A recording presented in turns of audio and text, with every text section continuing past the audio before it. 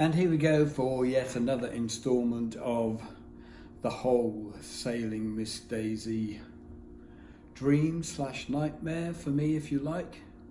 Nightmare may seem a little strong, I think. It's not quite sure how to phrase it. And I don't want to get way off topic here, but at the end of last year, my wife decided she no longer wished to pursue our marriage. And I think this led me into some confusion about where my future was. I'm 66 years old, had just retired about 5-6 weeks previously to this news from my wife. And I bought myself a Focus RS, my kind of dream car.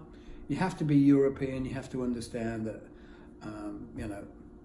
a lot of Europeans like hatchbacks that are sported up, jazzed up. The Focus RS is the epitome.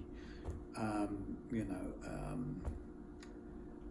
really nice little pocket rocket if you're into that kind of thing, which I am. I've had RSs in the past. Anyway, enough of the shooting about all over the place. I decided, having watched YouTube videos for a while, that maybe I could try this whole getting a sailboat, sailing off into the distance. As I say, maybe not making the best decisions at the time. I went and looked at boats. I didn't have a lot of money. I figured I could maybe do 10 grand. And you learn very quickly in the boating world that trying to buy a Ferrari with a bubble car money, which is 10 grand, will hardly buy a rudder really. I managed to find this wonderful 27-foot boat called Matthew, and I bought it from the owner who'd had it for 17 years. It is a fantastic boat, and I moved it from the yacht club where I purchased it over to the St. John Marina and berthed it, and luckily my ex-wife was kind enough to come and spend at least a little while with me to move the boat, as I have nobody else to sail with. I'm from England.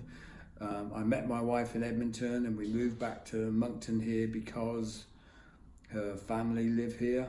I don't really know anybody.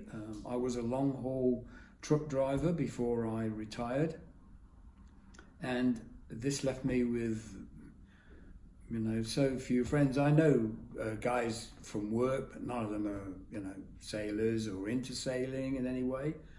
And so this huge dream of being able to just jump on a boat and sail away, don't get me wrong, I feel confident in the fact that if I was at sea, I can put the sails up, and I'm pretty sure I could figure it out. I'm well read in terms of sailing. I don't have a lot of experience with it. I had a powerboat myself years and years ago, and I've rented powerboats, and I've been on sailboats, but haven't actually sailed from A to B per se myself.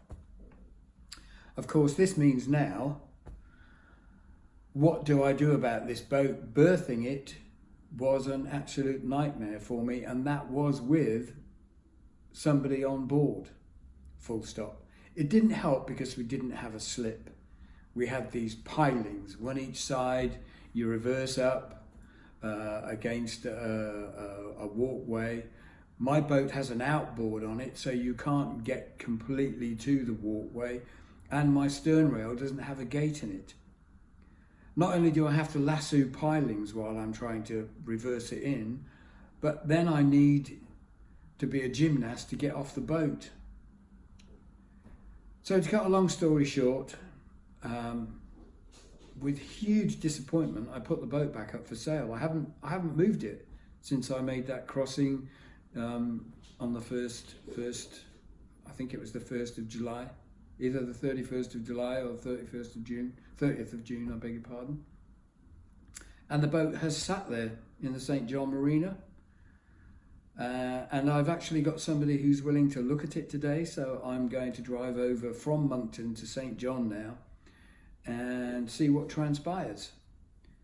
And of course, I will let the viewer, if there are any viewers following this story, I will let them know what transpires. But sadly, and it does make me feel really sad, I think the dream of sailing Miss Daisy away on my own is just not going to happen. But we will see. Never say never. One never knows what's round the corner. I've certainly learnt that again in the last 12 months or so. As we all do. Enjoy life today, because you really don't know what tomorrow will bring you. And on that wonderful note, I call it a draw for there.